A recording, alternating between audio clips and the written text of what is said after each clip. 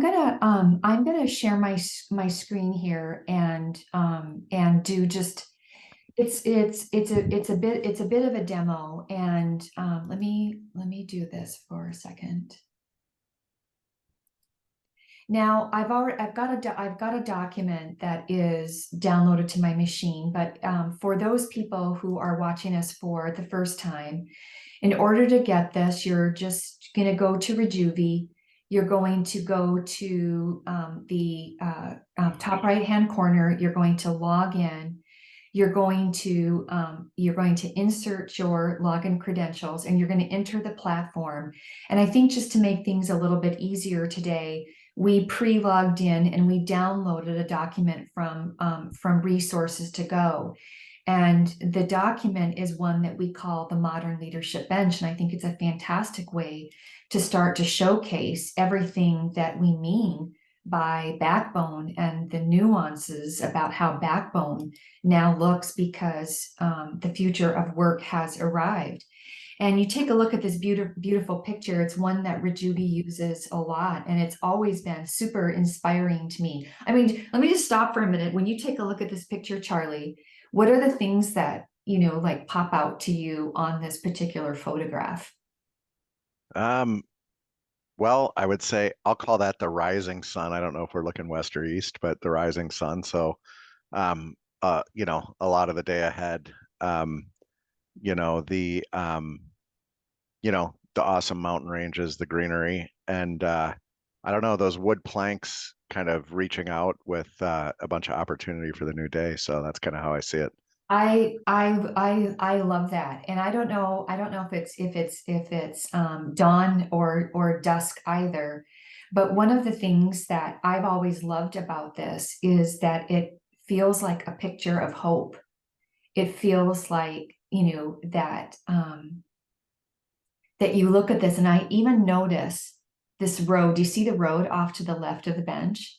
Oh, I didn't see that. Now I see it. Now that you I pointed it out. often Yep. wonder what it's like to travel along that road, and where it actually takes you. And I like to think about this picture two ways. I think one is it's a representation of hope and the future of a modern leadership bench. And it can take an organization and its modern leadership team, and the people of the organization and the customers of the organization absolutely anywhere that they want to go. I love that. So, and this kind of really takes into account that this first nuance that we were talking about today, which was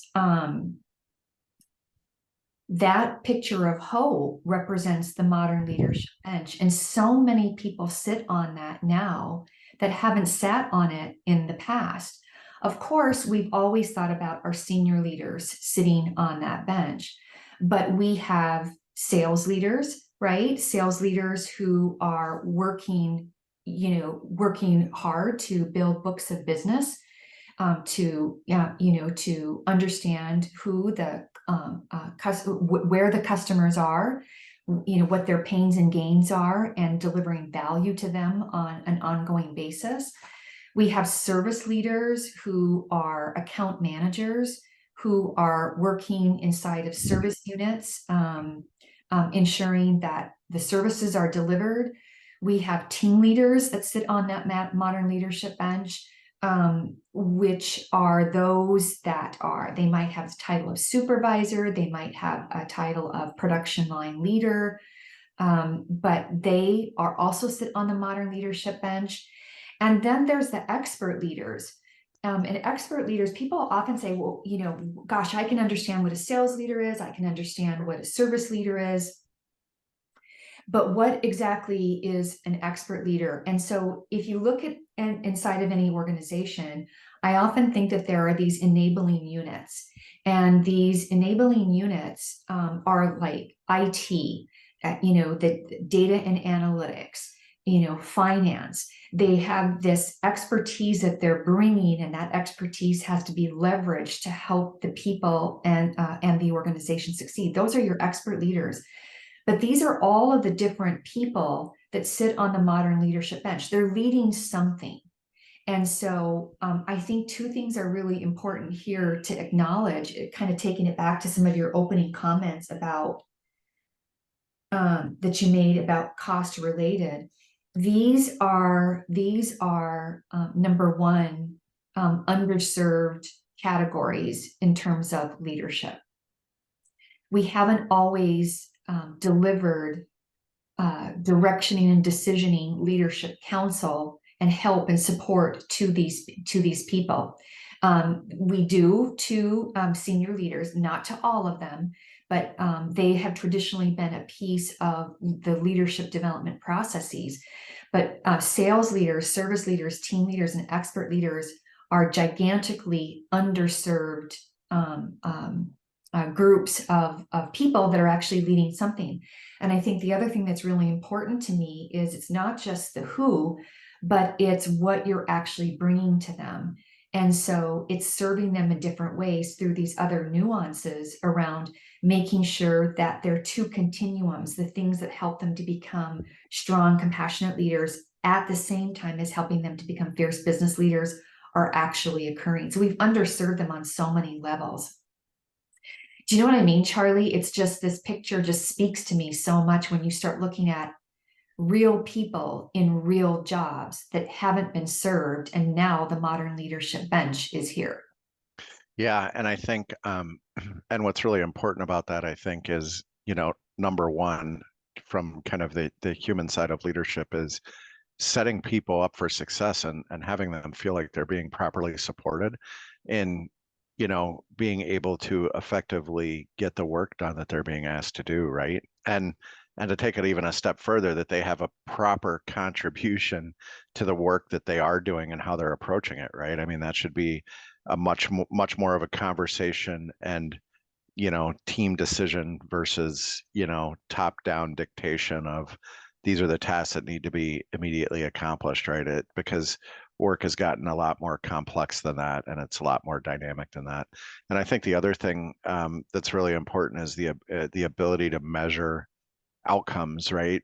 And so most organizations have KPIs or OKRs or key objectives that they're tracking and trying to hit.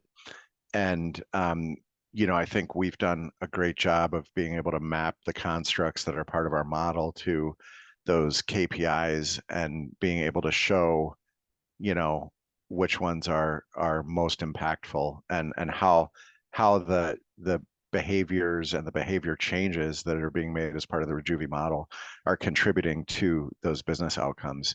And Mhm. hopefully those business outcomes include things not just like, increased revenue per employee or some of the other common financial metrics, which are definitely going to be there, but they also include some of the more humanistic sides of leadership, like employee well-being and engagement and those kind of things. So I love that we do that mapping, and we've done that mapping, and every time we see a new KPI and we can map it into the model, it just makes it all the more powerful. So Yeah, yeah, there's just an amazing amount of opportunity. yeah. Let me just go into the largest group of this modern leadership bench that is underserved on multiple levels. I'm going to actually go into team leaders. And what you're going to see and I'm going to move so I can move some things around is that for each of these leaders, there's just so many possibilities and research and modeling that allows you to help them. And so, for example, here's this thing that comes together with your C or your IQ, and then your no or your EQ, and then your do as your AQ. AQ. And then, that's also making sure that's what builds this think to drive continuum, this long and strong continuum that makes this team leader. In this case, it's Michael Felici. It makes him a fantastic, compassionate human leader. But these four building blocks come together, for working from strategic intent. I think most people think about running a business, kind of the big picture, where are we going, why are we going there kind of work. And then you put together, which is its strategic intent. And then you start thinking about breaking it apart into doable pieces for the short term. This kind of strategic intent, big picture to short-term implementation is how most people have kind of run their, most team leaders they've run their lines. But here's the thing, we know that because of the complexities and the innovation and the transformation that modern leaders are expected to lead, you can't just depend upon those two pieces. You have to have this middleware. And it is also about business unit intelligence, and it is also about figuring out the targeting work. It's kind of like business unit intelligence is understanding what the actual possibilities for the right work actually is. And then target is taking that right work and it's putting together new ways of making it happen. And then you move into implement a whole lot differently, because you're trying to decide, okay, based on that, how much should we actually bite off and chew for the short term? So this building block, this continuum of helping the business to build and sustain at the same time, long and strong continuum, what makes the business fantastic, but also helps this leader to be a fierce business leader. It kind of gets organized in this way that we call the backward Z. I don't know that that's necessarily here nor there, but think about writing a Z backwards, and that's how a team leader is actually doing it.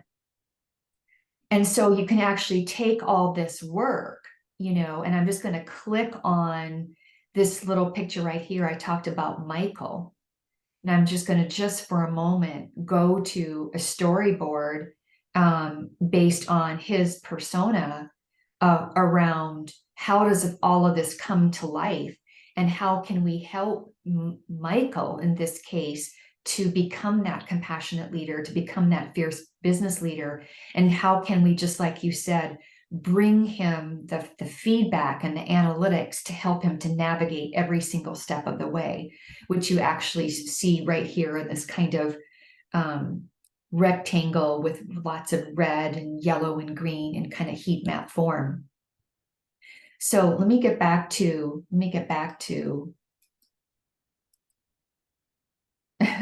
it's like, okay, let me get back to, sometimes I think getting back to a document while you're inside of Zoom is sometimes a little bit challenging. Okay, here we go. I'll do it one more time, and I'll share my screen. Here we go. Yes, and we'll share. There we go. So we're kind of back to this nuanced understanding of backbone for a team leader. It's not just the backbone that from think to drive, but it's this backbone right here, this nuanced backbone process that helps them to run a really strong business from build to sustain. And every single one of these leaders on the leadership bench, we can take these backbone processes and we can unpack them. The backbone process by building block doesn't change. So for example, if we went to a sales leader, we would see, oh, yep, there's the backbone process for think to drive. There's the backbone process for build to sustain. And if we actually clicked on, in this case, Daniel Konachek, who's a district sales manager, if we clicked on his persona, we'd start to see how all of that kind of plays out.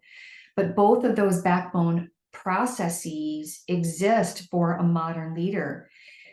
And I want to take this, and doing that is super important, because until we serve those two backbone processes, we're not really serving these 89.9 million people who are leading something in the future of work.